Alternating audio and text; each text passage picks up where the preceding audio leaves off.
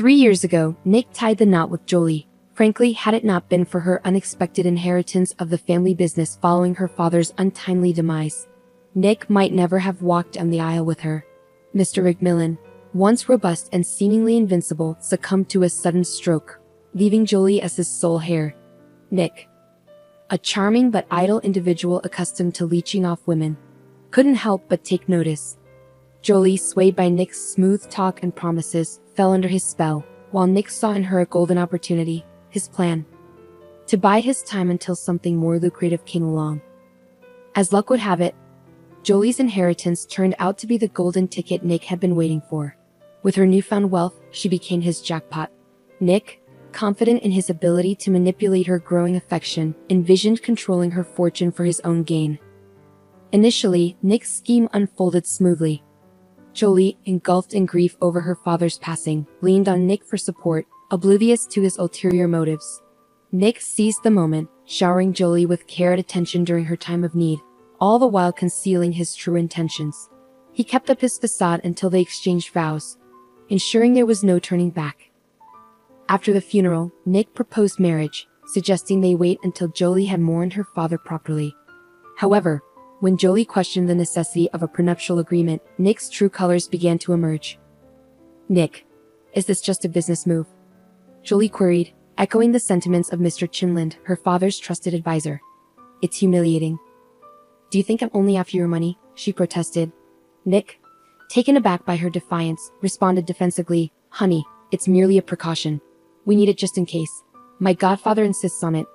He's always looked out for me, like a second father." Though Jolie's understanding of financial matters might have been lacking due to her privileged upbringing, she possessed a tenacity that transcended her naivety. When she set her sights on a goal, she pursued it relentlessly. Nick, finding himself backed into a corner, begrudgingly acquiesced to all of Mr. Chin's conditions. While the terms of the marriage contract seemed standard, they effectively stripped Nick of any entitlements. It was abundantly clear that Jolie's inherited business and assets would remain solely hers. Nick had assumed he'd have a share in the dividends and the opportunity to amass new wealth. However, the meticulous contract drawn up by a top-tier lawyer dashed those hopes. Despite this setback, Nick convinced himself that the marriage still held benefits. He saw it as a means to tap into his wife's finances without oversight, building his own capital for the future. He planned to siphon money from their joint budget daily, funneling it into his own accounts. Yet Nick's optimism was misplaced once again. Mr. Chinland, a principled and responsible figure, not only oversaw Jolie's business finances but also controlled her personal wealth. Nick found himself restricted in his personal spending, but he remained hopeful, anticipating how the situation might unfold. His patience was eventually rewarded. Despite their efforts, Jolie struggled to conceive, her desire for motherhood overshadowed by repeated disappointment.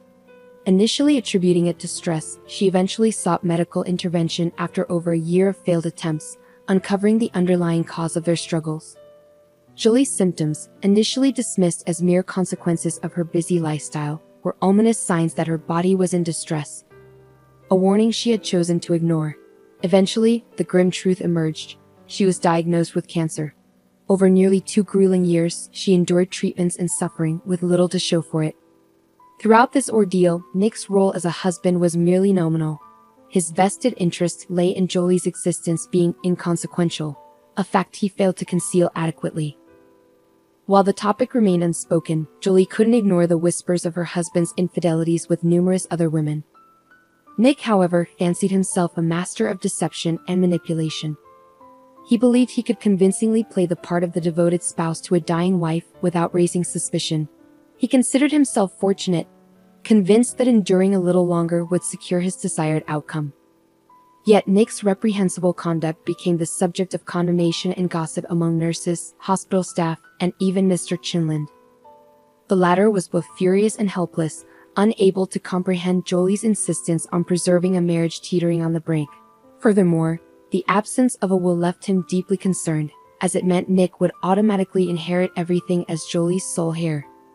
That scoundrel stands to inherit everything, including the fruits of Jolie and her father's hard work. It would render everything they'd built futile, Mr. Chinland lamented. The elderly man found himself grappling with the delicate task of broaching a sensitive subject with his goddaughter, who, until just yesterday, had exuded health and vitality but now faced an inevitable decline. With each passing moment, her time grew shorter, measured not in months but in weeks. Meanwhile, Nick's anticipation burned bright, his greedy ambitions unmasked in his eager demeanor. He saw in Jolie's looming demise not just tragedy but opportunity, a chance to rid himself of his ailing wife and secure a substantial windfall. Mr. Chinlin silently prayed that he wouldn't have to initiate the discussion about Jolie's will himself. Fortunately, his concerns were unfounded. Jolie took the initiative, revealing a secret plan that left him speechless. Her meticulous plotting, executed with a finesse and ruthlessness he never anticipated, served as a chilling reminder that revenge truly is a dish best served cold. Though Jolie's scheme required little time and effort to devise and execute, it marked the culmination of her earthly journey, allowing her to realize her deepest desires. Sadly, her loved ones did not witness a miraculous recovery. Instead, they bid farewell to Jolie as she passed away, her funeral arrangements meticulously planned and communicated with serene determination, ensuring her final wishes were carried out with precision. The day following the somber farewell ceremony, the notary summoned those named in Jolie's will for its official reading.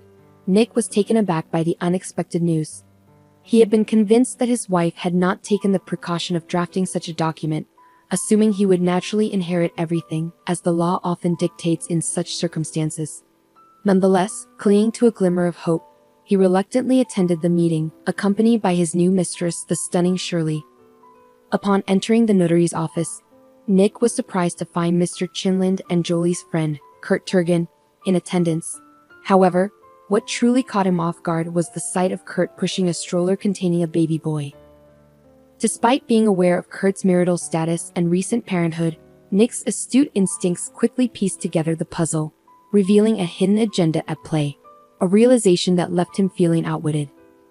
Nevertheless, curiosity compelled Nick to stay and discover the contents of Jolie's will, despite his growing apprehension about its potential humiliation. For what felt like an eternity, silence enveloped the room as each individual occupied their own corner, waiting in tense anticipation. No further attendees arrived, leaving the notary to prolong the preamble, emphasizing the solemnity of the occasion and the honor of carrying out the deceased's final wishes. Even then, Nick could discern from the wicked grin etched on Mr. Chinland's face that the contents of the will were a clandestine affair reserved solely for him. Finally, Nick's name was called. "To my lawful husband Nick, I deny the inheritance," declared the notary, the words ringing with a stark finality. As the brief yet impactful sentence echoed in the room, the notary turned to Nick, prompting him to confirm his understanding of its significance. With a heavy heart and a sense of profound humiliation, Nick could only nod in acquiescence. In that moment, Shirley reached for his hand, ready to defiantly depart, but Nick firmly kept her in place, ignoring her questioning gaze. Though every fiber of his being urged him to flee from the scene of his public disgrace, the drama was far from over, and the invited spectators demanded closure. With a measured pause, the notary continued.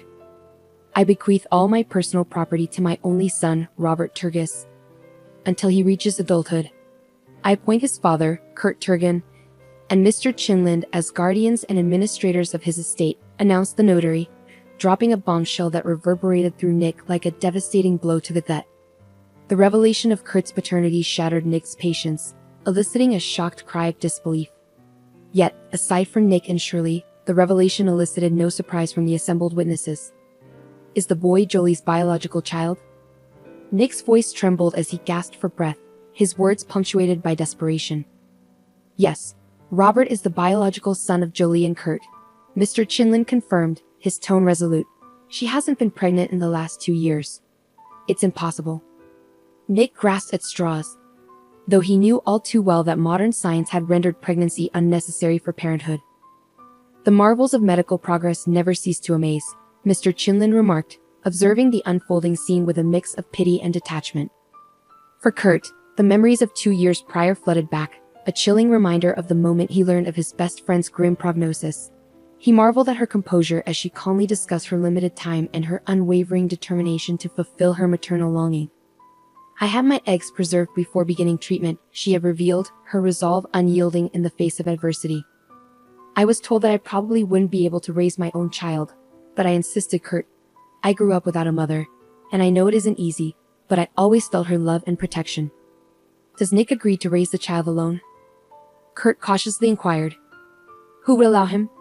He would gladly become a guardian and use the baby's money, as he lacks conscience. Jolie replied bitterly.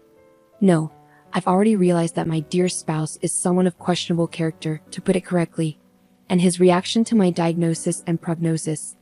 I don't even want to speak about him. This man isn't worth getting upset about. And what of the baby? That's what I wanted to discuss with you. Jolie hesitated, a rare moment of uncertainty for her fearless demeanor. I don't know how to broach the subject delicately. Maybe there is no delicate way. In short, I would like you to be the father of my child, she exclaimed in a high-pitched voice. Are you joking? You have a husband. Kurt clearly wasn't prepared for this sudden proposition. Yes, I do have a husband, and I will have him until the day I die. I've already made that decision, Kurt. Of course, we won't sleep together. It's impossible given my current condition. I can't carry the baby myself. Unfortunately, I had my eggs preserved. Now we need the biological material from the future father. Naturally, I also need a woman to carry and give birth to him, but luckily, such services are available now.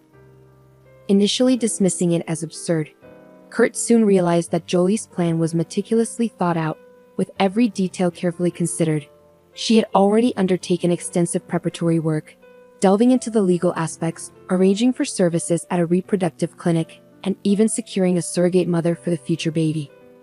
Kurt, I could use the services of a donor for the father for the baby. I really want to leave a piece of myself behind. But when you think about it, who will the baby be with? I've been thinking a lot, but you're the only one I can rely on. I am sure of you, knowing you for so many years. I believe that you will be a great father. I understand that you want to create your own family, get married, and have children naturally. It's logical. But please think about it. Don't answer me right now. For me, after what happened with Nick, it is critical that the father of my child is someone who doesn't prioritize money, someone who won't exploit my assets. I'm not as naive as I was before marriage. Nick taught me a lot. Now I have a lot of life experience. As for you, you don't need any money at all. You have plenty. My father has the money, Kurt interjected, correcting Jolie's line of reasoning for the first time. You know you're going to get it. You work tirelessly to keep the family company thriving. You've never been needy. Now I know for a fact that a man who grew up poor will never stop thinking about having enough to eat. And if his decency is also lacking, there will be a big problem. I have experienced that firsthand, Jolie sadly added. To be honest, I'm completely confused. I had an entirely different idea of becoming a father. I need to consult my parents, understand that I can't make such a decision alone. I will need the help of close family members when I become a father, so I have to inform them and ask for their opinion. Jolie had no objections, but she requested that Kurt promise to keep their arrangement a secret. The conversation with Kurt's parents proved challenging.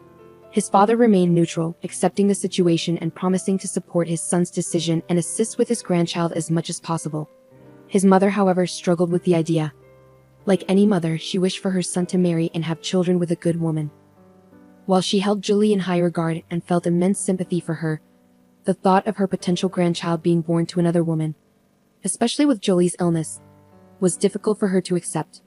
Could the child inherit the disease, she asked, the question lingering uncomfortably in the air. Though hesitant to broach such a sensitive topic, she couldn't ignore the potential risks to her grandchild's health. Jolie does not have a hereditary form of the disease, Kurt reassured her, alleviating some of her anxiety, though not entirely. After careful consideration, she expressed her support for her son's decision, albeit with lingering concerns. Kurt himself grappled with uncertainty. Jolie's proposal had caught him off guard, but after much contemplation, he found no reason to refuse. When he conveyed his approval to Jolie, she was overjoyed, and they began to execute her plan methodically. As Kurt reflected on the profound changes unfolding in his life, Mr. Chinlin reminisced about his conversation with Jolie just over 2 months prior. Beginning with expressions of her respect and admiration for him as a father figure, she eventually revealed her request for him to become her son's guardian. Initially dismissing it as delirium, Mr. Chinland was left in shock as Jolie detailed the entirety of her plan. Not only had she and Kurt made a bold decision, but they had also managed to keep it hidden for so long. "How old is the baby now?" Mr. Chinland inquired. "Robert is 8 months old." Jolie beamed. "You both truly know how to surprise," Mr. Chinland remarked, still reeling from the shock. "I don't want Nick to find out about the child until after I'm gone. He'll only learn of it when my will is read. It's already been drawn up and is in the hands of the notary. However, there's one aspect we still need to address. Robert will only have one legal guardian. Upon reevaluating many aspects of my life, I've decided not to leave anything to chance. Kurt has parents, so if anything were to happen to him, Robert would go to them. But I want you to have legal rights as well, just in case." With his keen understanding of people, the elderly man recognized the potential danger in confronting Nick directly, even though Jolie's husband undoubtedly deserved such treatment. In the hushed atmosphere of the notary's office, everyone was lost in their own thoughts. It was clear to see that Nick was cursing Jolie in every possible manner. People like him often fail to grasp that their own actions may have provoked such responses. Introspection of that kind is often too complex for individuals like him. Why bother looking for faults within oneself? Strangely enough, it was Shirley who broke the silence. She attempted to guide her lover out by the elbow, but Nick had no intention of leaving, feeling compelled to voice his grievances. "Are you certain I'm entitled to nothing? No obligatory share or whatever it's called? I am her husband after all." Nick's voice rose in protest. "As per the will, you're not listed among the beneficiaries entitled to an obligatory share of the inheritance. Furthermore, I've meticulously reviewed your marriage contract. Its contents are enclosed here." The notary indicated the hefty folder before him with a firm tap. "You have slim chances even with a legal challenge, though you naturally retain the right to pursue such action. I'll contest it. Who is this illegitimate child anyway? And who's to say he's really her son?" Nick's outburst escalated, oblivious to the weight of his words. Kurt struggled to contain his anger, fighting the urge to strike the arrogant man. Even the typically composed Mr. Chinland flushed with indignation. Only the notary remained as composed as ever, treating the situation as just another day at the office, unfazed by the drama unfolding before him. "Can I see?" Nick demanded to examine the evidence. "No. You're only entitled to review the portion relevant to you. All other documents, particularly those concerning the child, can only be disclosed with the parent's consent naturally," the notary clarified. "I do not consent," Kurt interjected firmly. "So, access to those documents would only be possible through a court proceeding if the court deems it necessary to request them." That was the breaking point. Nick stormed out of the office, slamming the door behind him, determined not to let the matter rest. His mistress, however, bid farewell politely and exited quietly, closing the door behind her. "Does it matter that he didn't sign the will?" Mr. Chinland inquired of the notary. "There are many like him. It's merely a formality," the notary reassured him. "It's almost comical if it weren't so tragic. I still can't fathom how Jolie got mixed up with him." Mr. Chinland mused aloud, his thoughts lingering in the air as a rhetorical question. With the required paperwork swiftly signed and hands shaken, Mr. Chinland assisted Kurt in settling little Robert into the stroller. "Would you care to join us? I could use some fresh air, and it's good for the baby," Kurt invited. "Certainly, I'll join you for a while." They walked in silence, the gentle rustle of the stroller wheels providing a soothing backdrop. "Do you think Jolie would approve of how I'm handling everything?" Kurt finally voiced the question that had been weighing on his mind. "I'm certain she would. You're proving to be a remarkable father, and the bond between you and Robert is undeniable," Jolie's godfather reassured him. "Truth be told, there's something that's been nagging at me. You know, I have a feeling Jolie mentioned to you that I had advised against what transpired at the notary's office," Mr. Chinland brought up. "Are you referring to the whole debacle with the will and Nick finding out about Robert?" Mr. Chinland nodded in acknowledgement. "Of course," Kurt replied. "I was the one who constantly brought up the conversation about that. I didn't like this idea from the very beginning. He's a nasty type, angry, stupid, and mercenary. Why provoke him? Honestly, I even contemplated telling him when the baby was already born. But Jolie was so adamant about keeping it a secret, I felt I had no right to interfere. I thought perhaps she just didn't want to deal with him herself and left these disputes to us. Seeing him today with that woman, shamelessly flaunting it, makes me question whether I made the right decision by not standing my ground. His reaction, the look on his face, it was chilling. Maybe it would have been better to confront him earlier. I believe Jolie didn't want to either. That played a part too, and the desire for revenge. She wanted to get back at him because she loved, regardless of what she claimed later. She loved deeply, and this corrupted love left her no other recourse. My poor girl, the elderly man wiped away a tear trickling down his cheek. Don't grieve for her. She asked us not to. She asked us to direct all our love, which was for her, to Robbie. Kurt comforted Jolie's godfather, while the others reminisced. Meanwhile, Nick and Shirley observed from the car, discussing the same topic. So you won't get anything at all, huh? The girl asked incredulously, blinking rapidly. You're such a fool. You heard there's no chance because of this baby. Alright, let's go. We need to salvage at least something valuable and move it to my place. 3 days later, Kurt finally gathered the courage to visit Jolie's house, only to find it deserted. He had prepared himself for a confrontation, even hiring 2 security guards for protection. But Nick had anticipated his move and already absconded with plenty of valuables. Now Nick sat alone in the cramped confines of his tiny apartment, nursing a dwindling glass of whiskey that Shirley had left him, a predictable gesture. Why would she need a loser like me? Nick mused, reflecting on how he had ended up in this dismal state. Once, women paid him for his company, but now he found himself offering money to a young, beautiful girl just to keep her around. Ironically, Nick, a gigolo past his prime, withered by his vices, refused to shoulder the blame for his circumstances.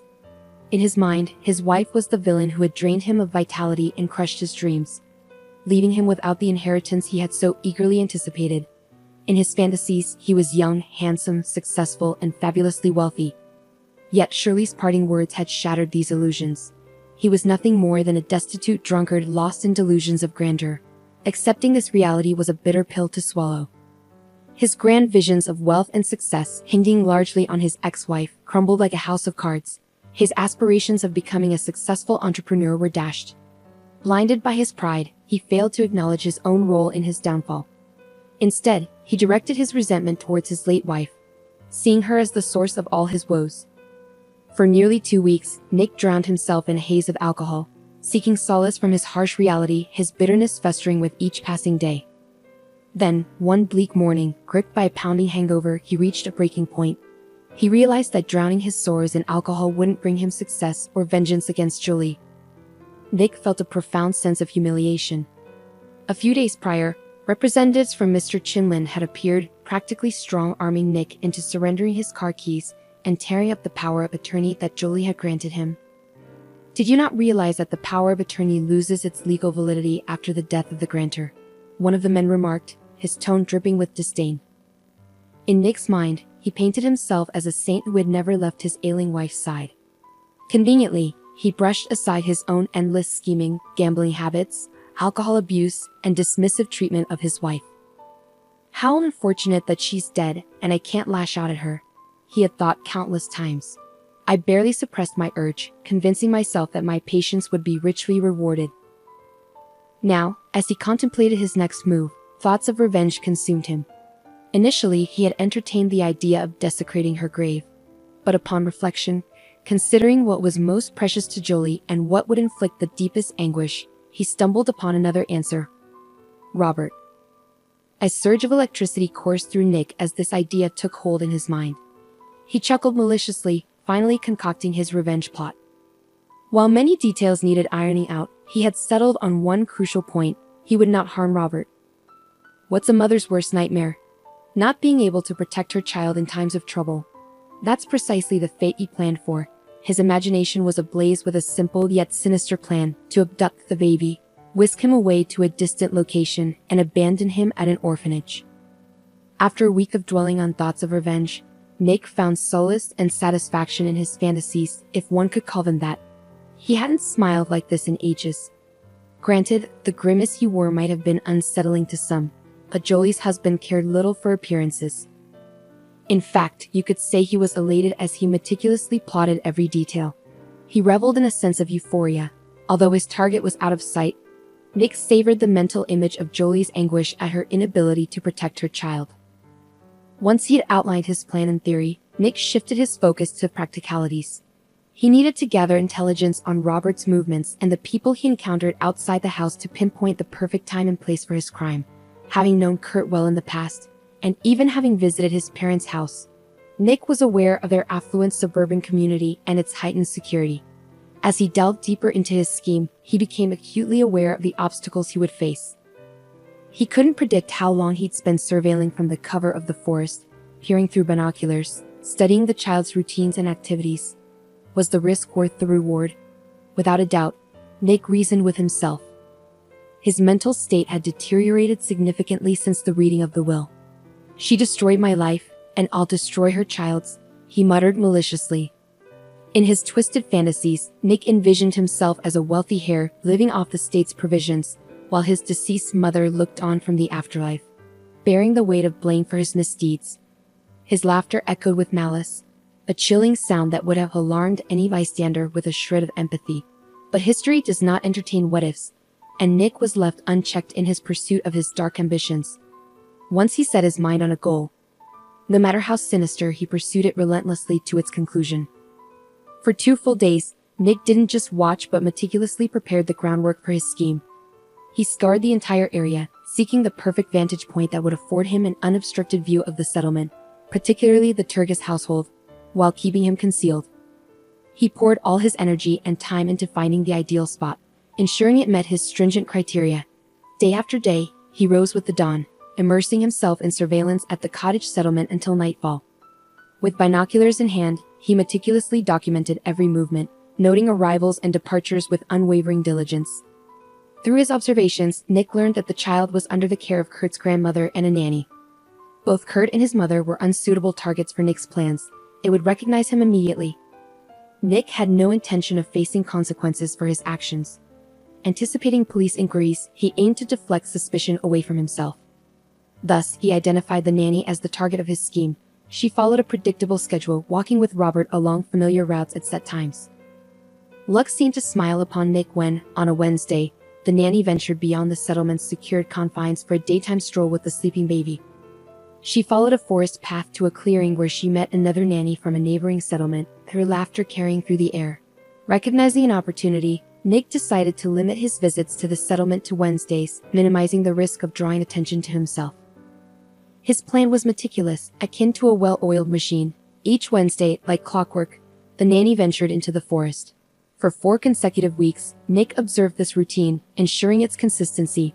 As the 4th Wednesday approached, he knew the time had come to execute his sinister plan, confident in its precision and success. He acquired a potent stun gun from a local market, exchanging cash to evade detection. Every aspect of his plan was meticulously arranged to minimize the risk of capture. Securing an old car, he appropriated license plates, ensuring they were affixed inconspicuously. He strategically positioned the vehicle for a swift getaway, yet far enough to evade suspicion. Disguising his appearance was paramount, taking precautions to obscure his features and physique to evade identification. Obsessed with thoughts of kidnapping, he became consumed by them, even dreaming of the deed in vivid detail. As the fateful day drew near, he shed nearly 7 kilograms, a physical manifestation of his preoccupation. A haunting aura of neurosis and fixation began to manifest in his countenance, a visible testament to his unraveling psyche. On the appointed Wednesday, he parked in his chosen spot, his nerves taut with anticipation. As he spied the nanny guiding the stroller down the path, a tremor of apprehension coursed through him. The meticulous planning had insulated him from the grim reality of his impending actions. He was poised to confront a stranger, to assault her with a stun gun, and to wrest the child from the safety of the stroller, all in a desperate bid to enact his vengeful scheme. Reality shattered his preconceived notions, starkly contrasting the simulated scenarios of his imagination. Here, everything was palpably real. The unsuspecting woman, the innocent child nestled in the stroller, his gaze filled with innocent wonder.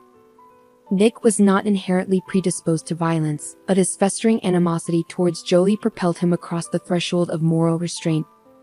Approaching the nanny, he forcefully pushed her away from the stroller, causing her to stumble and fall. He then unleashed the taser's jolt upon her, rendering her unconscious with a single shock. With trembling hands, he moved to extract the child from the confines of the stroller, his heart racing with adrenaline-fueled urgency. Yet, his meticulously crafted scheme was abruptly derailed. As he leaned down to undo the child's restraints, a sudden blow struck his head, sending him reeling to the ground in a dizzying haze of confusion. The next thing Nick knew, he found himself subdued by an elderly man standing over him, scolding Nick while deftly binding his hands. Nick's consciousness slipped away once more. It turned out that the mysterious figure was none other than Mr. Mayo, a respected gamekeeper renowned in the nearby elite communities. His guardhouse, nestled inconspicuously amidst dense foliage, overlooked a clearing frequented by nannies from neighboring settlements, unbeknownst to Nick on that fateful day. Mr. Mayo had been returning from a local errand when he caught sight of suspicious activity. "I spotted someone, cloaked in black despite the morning heat, stationed as a lookout. I decided to observe and investigate," he recounted later to the police. With years of experience navigating the forest, Mr. Mayo adeptly maneuvered without disturbing the wildlife. "I concealed myself behind a tree, keeping vigilant watch. Suddenly, I witnessed a man assaulting a woman, knocking her to the ground. Initially, I feared for her safety, but it became clear he was targeting the child. Acting swiftly, I intervened, striking him with a makeshift cudgel I had prepared," Mr. Mayo elaborated. "Exceptional work, Mr. Mayo. You've become a local hero. The press is eager to speak with you," remarked one of the officers. "No. I prefer to stay out of the limelight. That's not my style," Mr. Mayo declined, quietly retreating to his abode via a circuitous route to evade pursuit. He considered his actions nothing out of the ordinary, believing anyone would have done the same in his position. "How could I stand by when those in need of protection were in harm's way?" he reflected. A few hours later, Kurt arrived at Mr. Mayo's house, gratitude pouring from his words. "I'm the father of the boy you saved today. He's a resilient kid. Once I held him, he settled right down. Such bravery and intelligence in those eyes. We're deeply thankful you were there when it mattered." "We can't express our gratitude enough," Kurt expressed, his voice laden with emotion after a tumultuous day. "Is there any way I can repay you?" Kurt inquired earnestly. Mr. Mayo waved off the notion with a humble smile. "No need for thanks. When a child's safety is at stake, there's no hesitation," he replied, genuinely touched by Kurt's appreciation.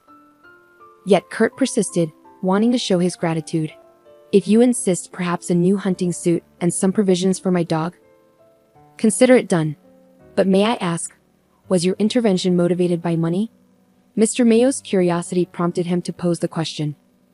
"Oh, sadly, it's much more complicated than that," Kurt replied, his voice tinged with regret. Mr. Mayo listened attentively, prompting Kurt to share further details of their tumultuous past. As Kurt recounted the series of events, from Jolie's illness to her unconventional parenting decision and subsequent passing, Mr. Mayo nodded in understanding. "I live somewhat isolated here, so to speak, and rarely hear such tales," he remarked. Kurt elaborated on Nick's motivations, highlighting the investigator's insight that Nick's actions were driven not solely by greed, but by a deep-seated desire for revenge. "He was consumed by it," Kurt explained. Relieved to share the complexities of the situation with an impartial listener, Kurt pondered aloud, questioning if their actions had driven Nick to the brink of madness and revenge. "If it were just about himself, I wouldn't suffer such reflexivity, but everything he and Jolie did ultimately revolved around their son," Kurt reflected. Turning to Mr. Mayo for his perspective, Kurt asked, "Do you think we played a role in pushing him to this point? Are we responsible for his desire for revenge?" "Are you serious? You're an adult, and you're talking such nonsense." Mr. Mayo's blunt truth hit Kurt hard, offering a fresh perspective on Nick's actions. "That Nick of yours always found a reason. He doesn't even need one. He married for money, cheated shamelessly, mistreated his sick wife, and convinced himself it was all her fault. What's her fault? For retaliating once? For losing patience? For not enduring it?" Mr. Mayo's words resonated deeply with Kurt, prompting him to reflect on the situation. Grateful for the insight, Kurt smiled in response.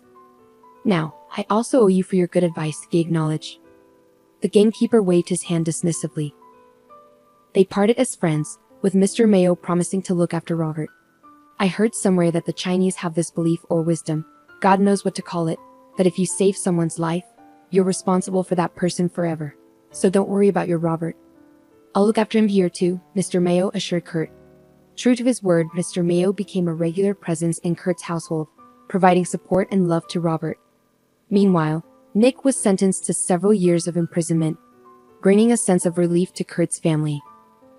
Life gradually returned to normal, with Mr. Chinlin continuing to fulfill his duties as Robert's guardian.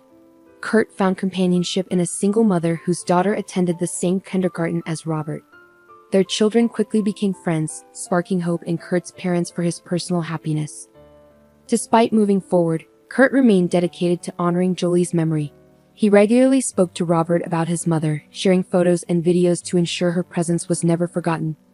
He reassured the boy that his mother's love would always surround him, even in her absence.